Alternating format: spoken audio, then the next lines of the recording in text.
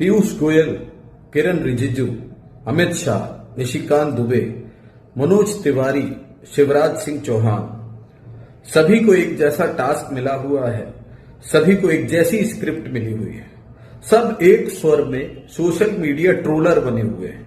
जब से संसद में बजट भाषण पर राहुल गांधी जी ने अपनी बात कही है, उनका भाषण हुआ है, पूरी सरकार हिली हुई है। सरकार के पास उनके सवालों के जवाब तो नहीं है, लेकिन सारे सरकारी ट्रोलर एक ही बात एक ही स्वर में कर रहे हैं। राहुल गांधी झूठ बोल रहे हैं, राहुल गांधी देश को गुमराह कर रहे हैं, देश के किसानों को गुमराह कर रहे हैं, राहुल गांधी देश विरोधी होते हैं। और यहीं तक नहीं रुकते, राहुल गांधी की संसद सदस्यता खत्म कर दी जानी चाहिए, राहुल गांधी पर चुनाव लड़ने का प्रतिबंध लगा देना चाहिए, इस तरह की धमकियां दी जा रही। पर यह हो क्यों रहा है? जब से एप्स्टीन फाइल में प्रधानमंत्री मोदी और पेट्रोलियम मिनिस्टर हरदीप पुरी का नाम आया, उस पर कुछ सवाल हुए।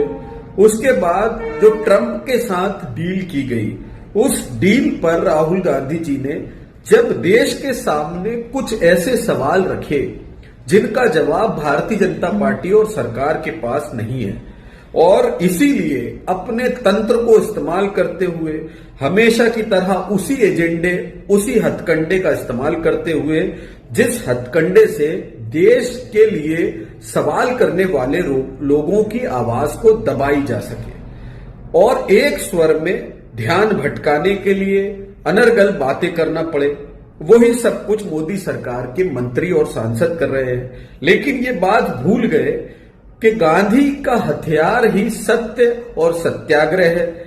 अब सत्य बोलने से गांधी को रोका नहीं जा सकता। और राहुल गांधी जी ने क्या कहा है जो देश विरोधी हो जाता है? संसद में खड़े होकर यूएस से जो हमने एक तरफा डील की है, उस पर राहुल गांधी जी ने कुछ सवाल किए हैं।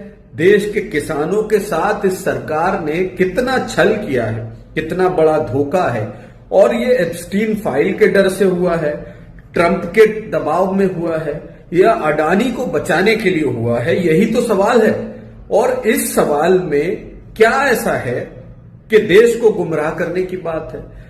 अब चलो हम राहुल गांधी जी ने जो सवाल संसद में किए थे उस पर बात करते हैं।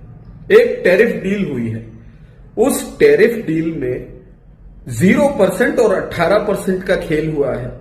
यानी सीमा शुल्क भारत पर तो 18% लगेगा और अमेरिका 0% सीमा शुल्क या टैरिफ पर भारत में व्यापार करेगा।